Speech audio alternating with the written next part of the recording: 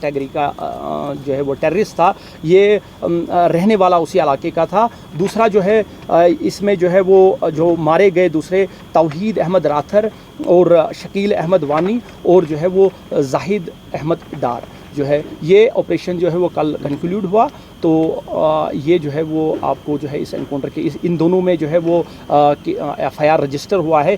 पहले एनकाउंटर में जो है वो FIR 100/2024 पुलिस स्टेशन जो है वो कुलगाम में जो है रजिस्टर हुआ। दूसरे में जो है वो FIR 53/2024 जो है वो पुलिस स्टेशन यारीपुरा में है। इस एनकाउंटर में काफ़ी मिकदार में जो है वो असला और गोला बारूद जो है वो रिकवर हुआ, जिसकी डिटेल जो है अभी आपको बताई जाएगी। इसके अलावा जो है मैं आपको बताऊं कि इन दोनों जगहों पे जो है वो टेररिस्ट ने जो है वो हाइड आउट बनाई हुई थी। पहला जो घर था वो जो है वो यावर अली डार का घर था। तो वहाँ पे एक हाइड थी घर में, जहाँ पे जिस हाइड का जो है वो टेररिस्ट कई महीनों से उसका इस्तेमाल करते थे। इसी तरह से चीनी गाम भी एक जो है वो हाइड के तौर पर इस्तेमाल की गई थी। जो ये जो है चीनी गाम का जो इलाका है उसमें एक मुश्ताक अहमद भट्ट है, अकबर अली का बेटा। उसने जो है वो एक मेसन का काम करता है, जिसने अपने घर में एक कंक्रीट और बड़ी सोफिस्टिकेटेड जो है वो हाइड बनाई हुई थी, जिसमें जो है इनको जो है वो पनाह और कई महीनों से वो इसकी जो है वो इस हाइड का इस्तेमाल करते थे। अब मैं रिक्वेस्ट करूँगा कमांडर 1 सेक्टर से वो थोड़ा। जैसा DIG साहब ने कवर किया है दोनों ऑपरेशंस के बारे में, मैं आपको कमांडर 1 सेक्टर के तौर पे जो मेरे सेक्टर ने ऑपरेशन किया है चीनी गाम के बारे में आपको बताऊंगा। लेकिन इससे पहले कि मैं आपको चीनी गाम ऑपरेशन के बारे में बताऊं, आप सबको इस बात का पता है कि वहाँ हमारा एक बहादुर सिपाही प्रभाकर प्रवीण, जिन्होंने टेररिस्ट के साथ मुठभेड़ में अदम्य साहस का परिचय दिया और उन्होंने देश के लिए अपना सर्वोच्च बलिदान दिया। तो मैं आप सब की तरफ से और देश की तरफ से उनको श्रद्धांजलि अर्पित करता हूँ। जहाँ तक ऑपरेशन की बात है, DIG साहब ने भी कवर किया। हमें इस इलाके में मूवमेंट की खबर काफ़ी दिनों से आ रही थी और हमने अपने सारे एजेंसीज़ के साथ और आर्मी ने अपने सर्वेलेंस डिवाइसेस और सोर्सेज की मदद से पूरे एरिया पे निगरानी रखी थी। 6 तारीख को हमें टेररिस्ट के मूवमेंट की एक सटीक खबर चीनीगाम इलाके में मिली और ख़बर मिलते ही 6 तारीख की 1500 बजे शाम तक कॉर्डन लग चुका था। 1600 बजे हमारे एक जवान ने 4 लोगों की फेरन में मूवमेंट देखी।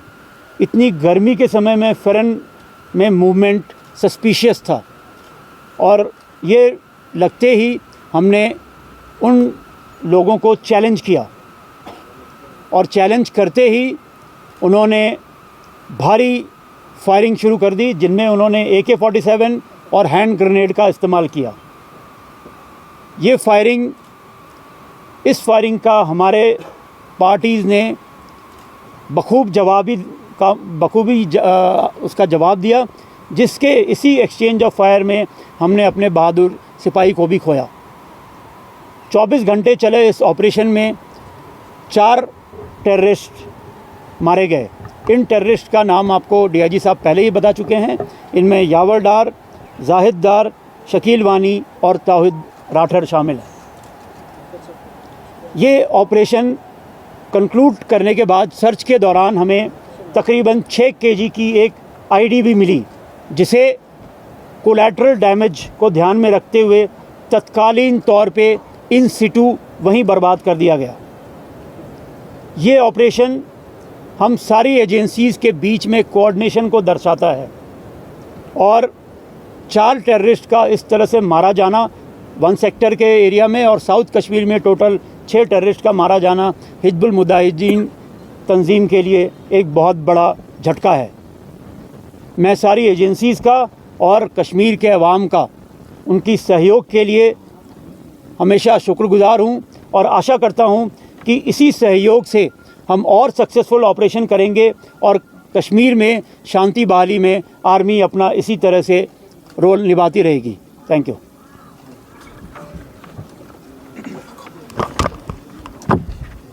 इससे पहले मैं आपको ऑपरेशन के बारे में ब्रीफ करूं। मैं लास्ट नाइट प्रदीप कुमार नैन 1 पैरा SF इनको श्रद्धांजलि देना चाहूँगा, जिन्होंने ऑपरेशन मदरगांव में अपने अद्वितीय साहस का परिचय देते हुए वीरगति को प्राप्त किया। पिछले 2 महीने से भारतीय सेना और जम्मू एंड कश्मीर पुलिस साथ मिलकर HM का इस ग्रुप को ट्रैक कर रही थी, जो कि शोपियां और कुलगांव के बॉर्डर पे हरकत करता था। हमें एक बड़ी सफलता तब मिली जब 6 जुलाई की सुबह खबर आई कि ये टेररिस्ट ग्रुप मदरगांव गांव के अंदर एक घर में बैठे हैं। इसके पश्चात तुरंत भारतीय सेना की 9वीं राष्ट्रीय rifle, 1 para SF, 7 para SF, Jammu and Kashmir police और 118 CRPF बटालियन की टुकड़ियों ने एक साथ मडरगांव में जॉइंट ऑपरेशन लॉन्च किया। ये ऑपरेशन के दौरान हमारे ट्रूप्स ने बहुत ही तेज़ी और होशियारी से सरप्राइज़ हासिल करते हुए जो टारगेट हाउस था उसको घेरे में ले लिया, और इसके बाद टेररिस्ट के पास भागने का कोई गुंजाइश नहीं बची। इसके बाद जितने भी सिविलियंस उस इलाके में थे उनको सेफ्टी से इवैक्यूएट किया गया और सुरक्षित स्थान पे ले जाया गया।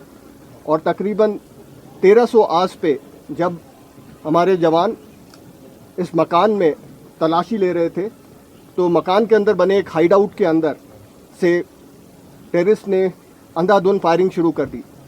फायरिंग का जवाब दिया गया और टेररिस्ट को वहीं पिन डाउन कर दिया गया और उनको किसी भी तरीके से भाग निकलने की कोई चांस नहीं मिला।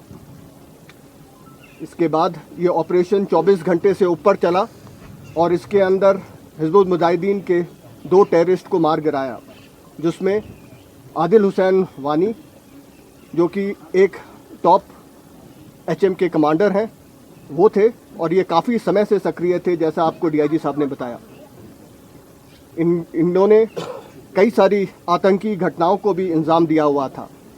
ये ऑपरेशन जो इन दोनों टेररिस्ट से और जो हाइड में हमें भारी मात्रा में सामान मिला, असला बारूद, ये एक हिजबुल मुजाहिदीन के लिए बहुत बड़ा झटका है। जैसा कमांडर 1 सेक्टर ने भी बताया कि 2 ऑपरेशन में 6 हिजबुल मुजाहिदीन के टेररिस्ट मारे जाना, ये एक उनके लिए और ख़ासकर उनकी ऊपर की लीडरशिप ख़त्म होना, ये एक बहुत बड़ा झटका है, जिससे मेरे को लगता नहीं है कि हिजबुल मुजाहिदीन ग्रुप काफ़ी समय तक इससे उभर पाएगा। लेकिन इस ऑपरेशन का श्रेय मैं कश्मीर की जनता और ख़ासकर कुलगांव की जनता को देना चाहूँगा, जिन्होंने ना सिर्फ हमें इसकी इन टेररिस्ट के वहाँ होने की इतला दी, बल्कि पूरे जितने समय ये ऑपरेशन चला उसमें अपना पूरा सहयोग और योगदान प्रदान किया। ये ऑपरेशन कश्मीर में जितनी भी सिक्योरिटी फोर्सेस हैं उनकी सिनर्जी का एक प्रतीक है और कश्मीर में शांति बहाल करने के लिए भारतीय सेना का प्रतिबंध होने को भी दर्शाता है।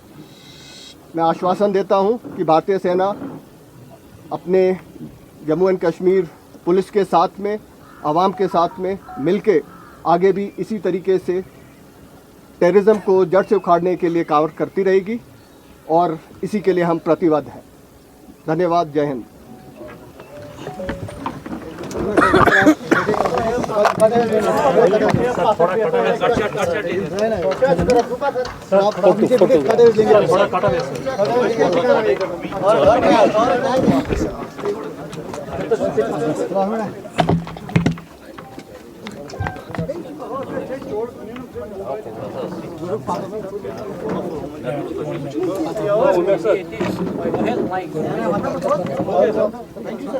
Thank you.